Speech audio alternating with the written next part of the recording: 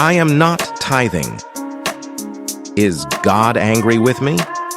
Is today's tithe biblical or man law? We've heard from some preachers telling us how God will not bless us because we failed to tithe. This kind of teaching has caused so many Christians to live in condemnation and fear. Many give in fear of God getting angry at them. Many obey giving tithe more than living a holy life. Is this biblical? Certainly not. The Bible advises that we shouldn't be forced into giving.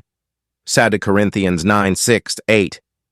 They've displayed our God to be a lover of money, and that if you don't tithe, then God is angry with you. Some people who faced some challenges have been manipulated to think that the reason they are facing those challenges is because they stopped tithing.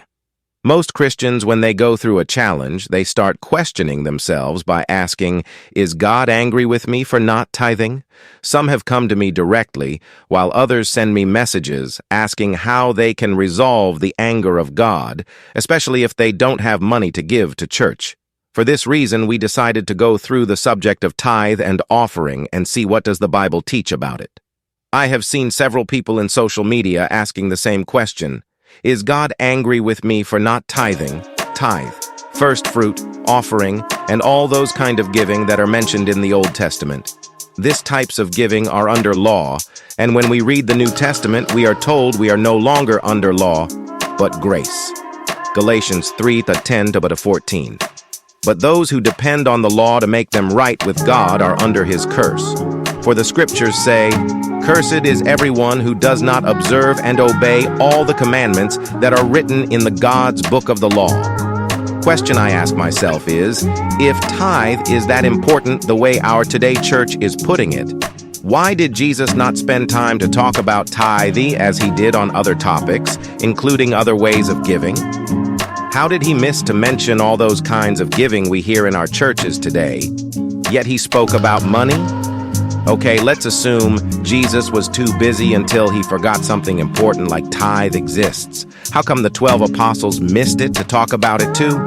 Okay, let's assume they were too busy evangelizing and the work was too much for them to sit down and teach about it. How come Apostle Paul, who spoke about every important topic in a Christian life, missed to talk or affirm Christians should give tithes and all those giving we hear in our churches? Yet they all spoke about money. There are so many people throughout the Bible who went through a lot of challenges, and it's not because they were or were not tithing. We can't say people like Job, Paul, Jesus, etc. When they were going through the worst time in their life ever asked, "Is God angry with me for not tithing?" There are so many people out there who are faithful tithe givers, and I'm not sure if they ask, "Is God angry with me for not tithing?" when they also face the same challenges that the non-tithers face. Men have exalted tithe above righteousness. It is a big sin in most churches if you are not a tither than other holistic biblical truth. These preachers have raised the fear of not giving tithe than the fear of living a holy life. So asking, "Is God angry with me for not paying tithe?" should not be found in Christian mouth. What should worry Christian is, am I living a holy life that is worthy of God's way? Why honor some laws and abandon others from the Old Testament? You've probably heard some preachers say, "Give your tithe so that you can receive God's blessings." Some have even used the pulpit to threaten its congregants on how they are living under a curse because of not giving. When one gets a job or receives monetary gift, they say it's because of the way they've been tithing and giving in church and to a pastor. Glory has shifted from God to tithe and man of God. Tithing shouldn't be a measure one uses to get the attention of God. God cannot be arm-twisted through tithe in order to receive blessing from him. One question one should ask themselves is, why does our churches today left all other Old Testament laws by claiming that we are no longer under the law by quoting Romans 6 and Galatians 3? But they've dragged almost all kinds of giving practiced in Old Testament and tithe to be the most fronted law by using Malachi 3:9-10 to threaten its listeners how God will curse, and intentionally forgetting that Galatians 3:13 says that Jesus redeemed us from the curse of the law.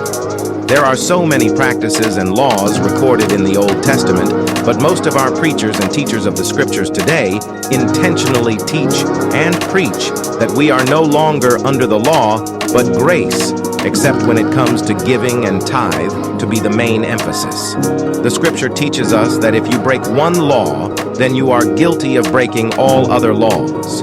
It does not matter how great one is in obeying and faithfully following the tithe law. If they disobey other laws, then their giving is in vain. God desires us to live a life worthy of Him. God has given us guidelines on how to please Him, but man has chosen his own way on how to please God.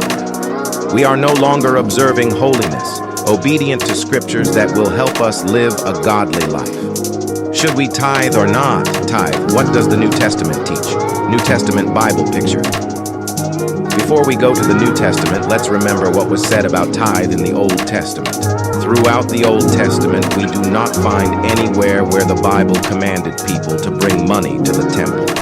Having said that, we also come to the New Testament, where there is nowhere in the New Testament where we are commanded to tithe. One place where tithe is being mentioned is when Jesus was scolding those that obey and honor the tithe practices. Matthew 23:23. Woe to you, teachers of the law and Pharisees, you hypocrites! You give a tenth of your spices, mint, dill, and cumin, but you have neglected the more important matters of the law: justice, mercy, and faithfulness. You should have practiced the latter without neglecting the former. The Bible encourages us to sow sparingly and generously.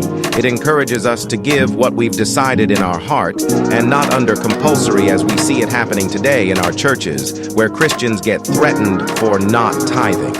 This verse removes pressure from Christians when it comes to giving. 2 Corinthians 9:6-8. Nobody is supposed to force, threaten, or demand a certain amount, as we see in our churches today when it comes to giving. This should come from your heart. In our daily walk, the Bible talks of such a person. A person who is generous will prosper, and whoever refreshes others will be refreshed. Proverbs 11:25.